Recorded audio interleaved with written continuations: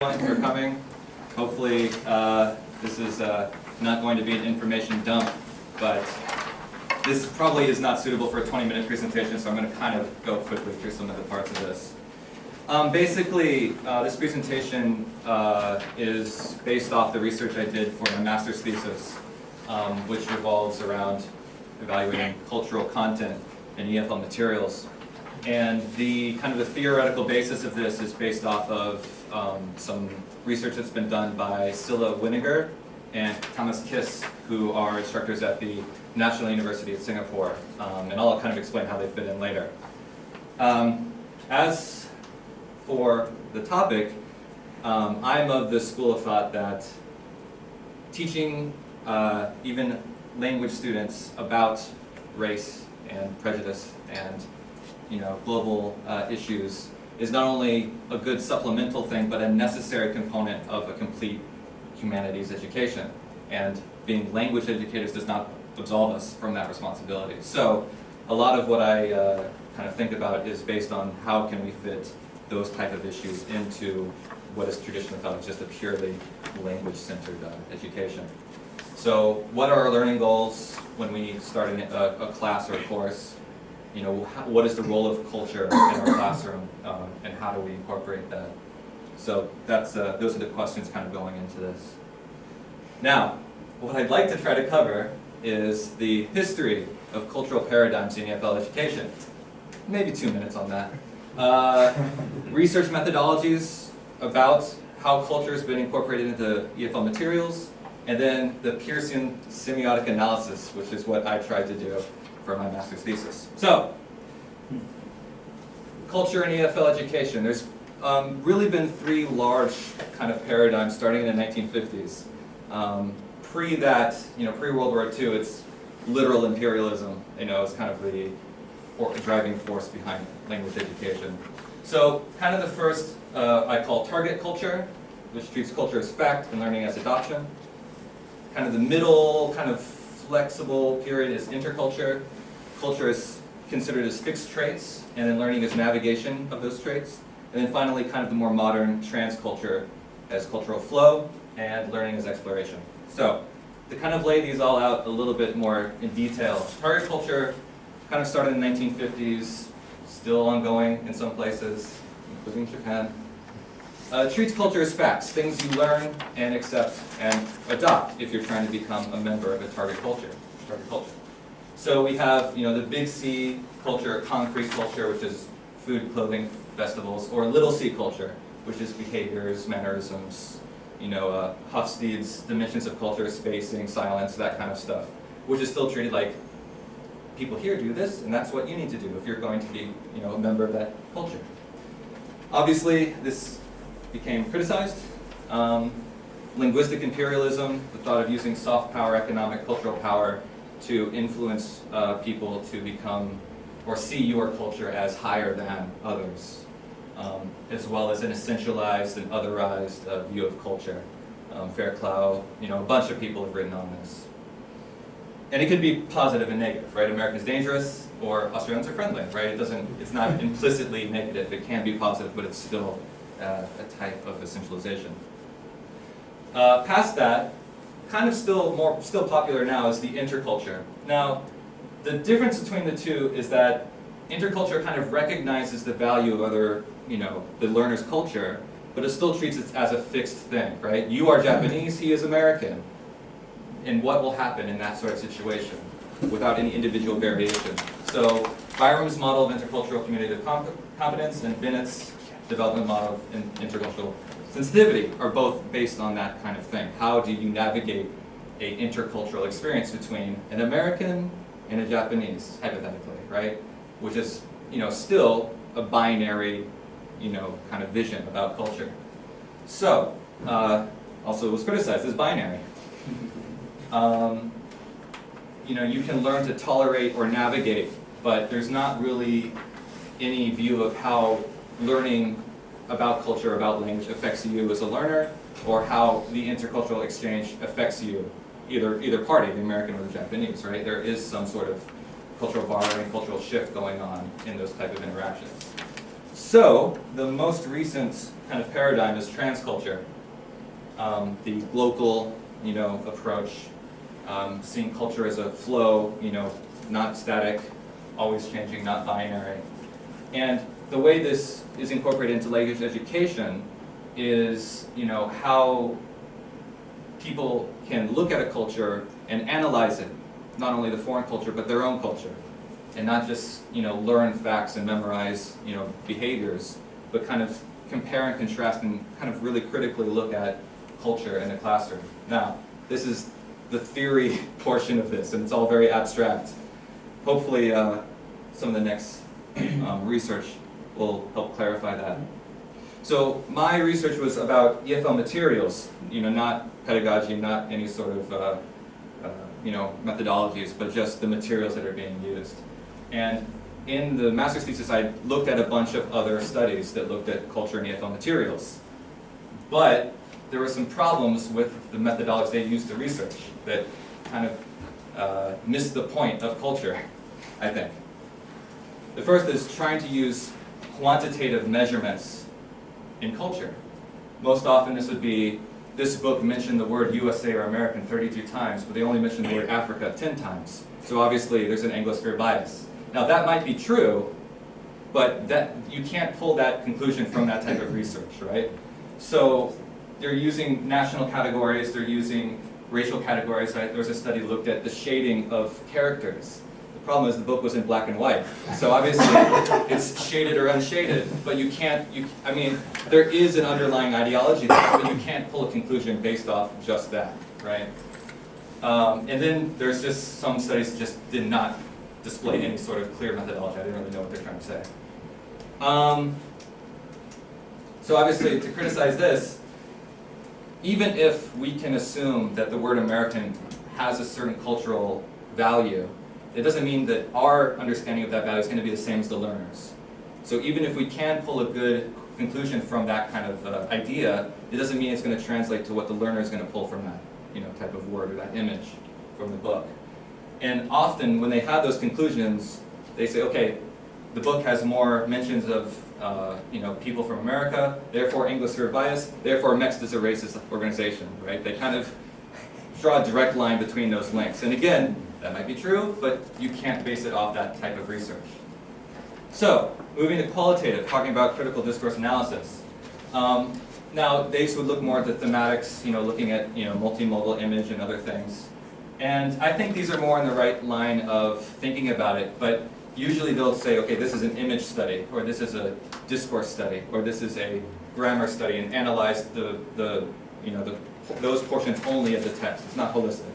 So that's good, it's better, but it's not a complete picture, and it's not what the learners might get out from the whole text. And the criticism of that is that it's really hard to replicate as a critical discourse analysis. Obviously, the researcher's own biases are going to come into play when they're researching something like that. I like it, but there's that criticism. Last, mixed methods. So this is kind of pulling maybe various types of critical discourse plus quantitative plus multimodal, trying to incorporate everything together. And that's kind of what I did, but it's got a more theoretical basis. The problem with this is that the approaches that some of these studies take are like their new way of researching, and that's kind of what I did also, but no one else has done it. They've come up with a whole new way to research textbooks that no one else has done, and they have a study, and you don't know if that conclusion is valid or not because this is the first study ever. So it needs to be replicated. So, semiotic analysis. This is what I did. Now, Vygotsky's zone of proximal development is used a lot to talk about scaffolding language. But if you look at the actual, original ZPD, that's the acronym, it also talks about contingent on cultural practices and language. So obviously, the background culture, the background educational experience of the learner plays just as large a part as their background language ability when they learn stuff. So, kind of based on that, Pierce, I forgot his first name, Pierce came up with the semiotic theory. And basically that's trying to, as a kind of a psychology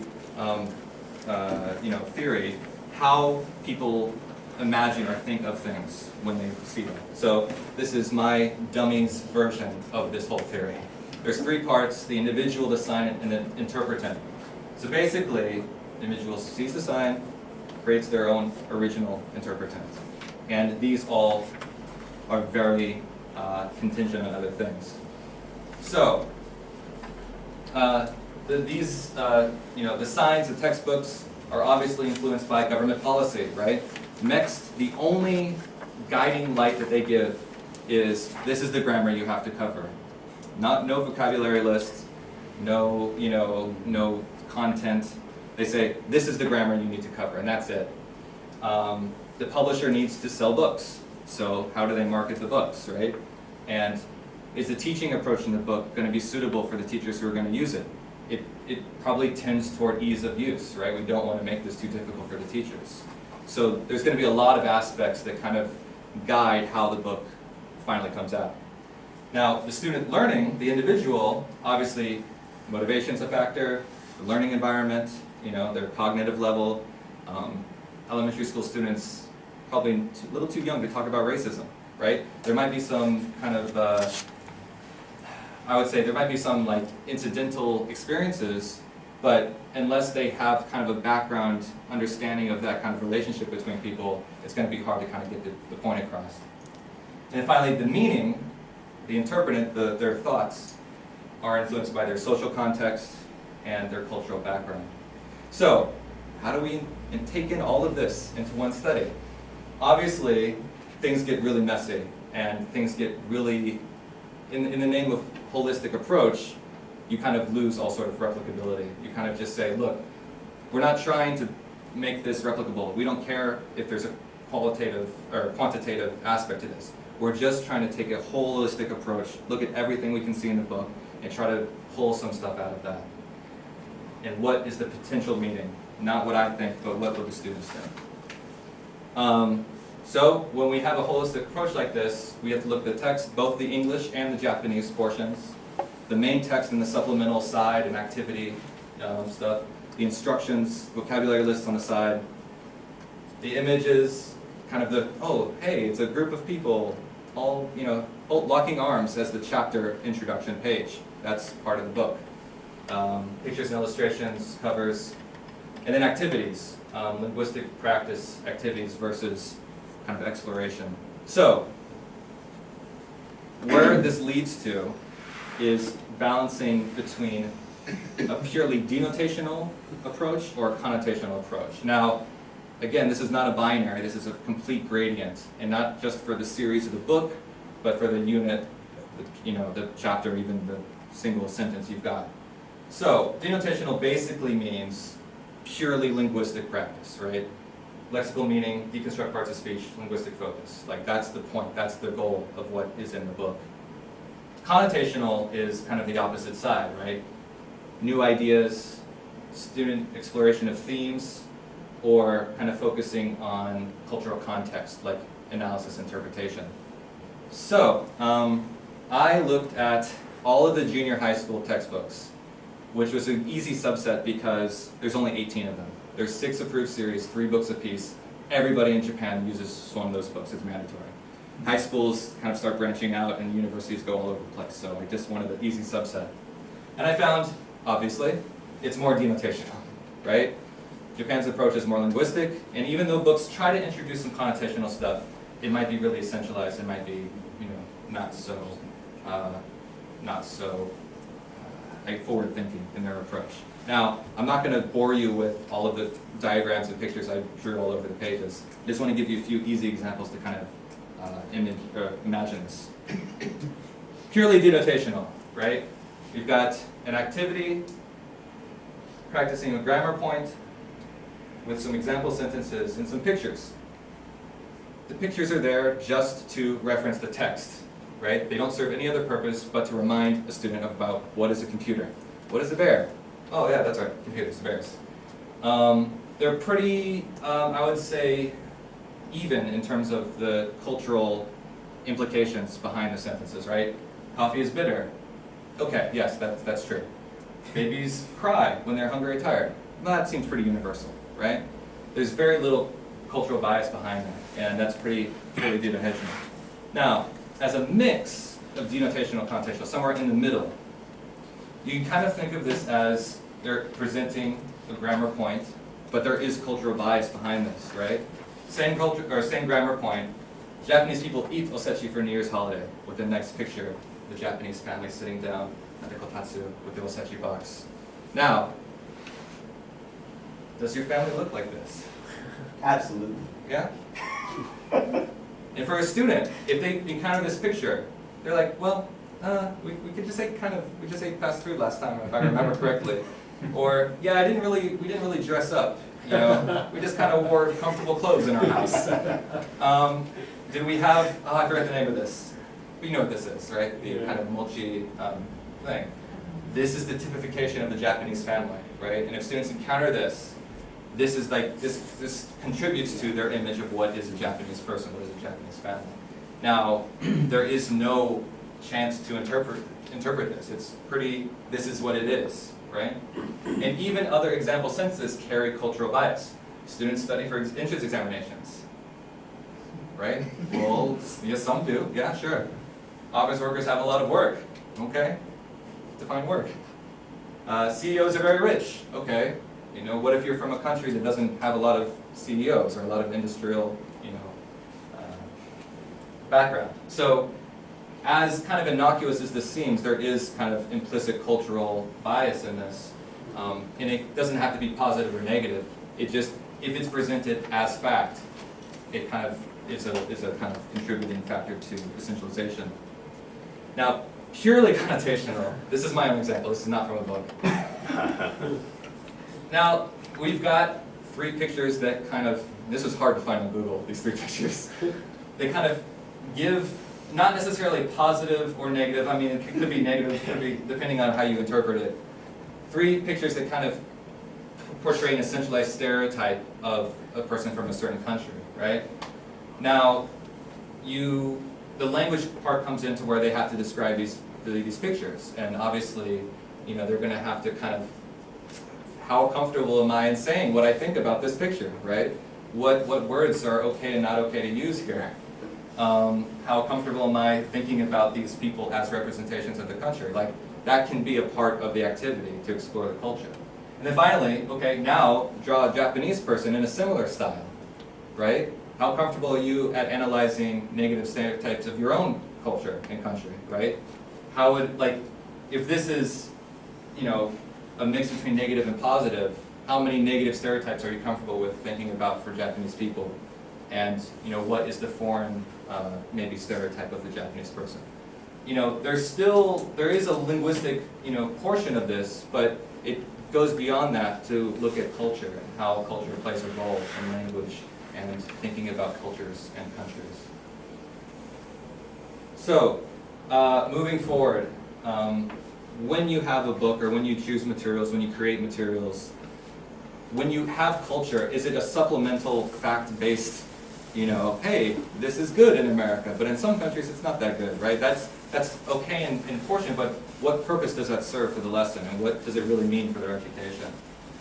Is the culture presenting a stereotype of a group? Not, I mean, usually national, but is it a gender stereotype or a racial stereotype? Are students ever asked to critique culture, their own or foreign cultures? And are they encouraged to take a more nuanced look at culture beyond facts about a certain country? So, lastly, I'll leave you with a quote from Kissinger.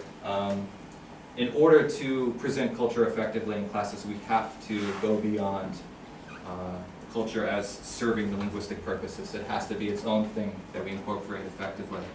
We can debate on how to do that, but that's where we should start. So, that's the end. Thank you.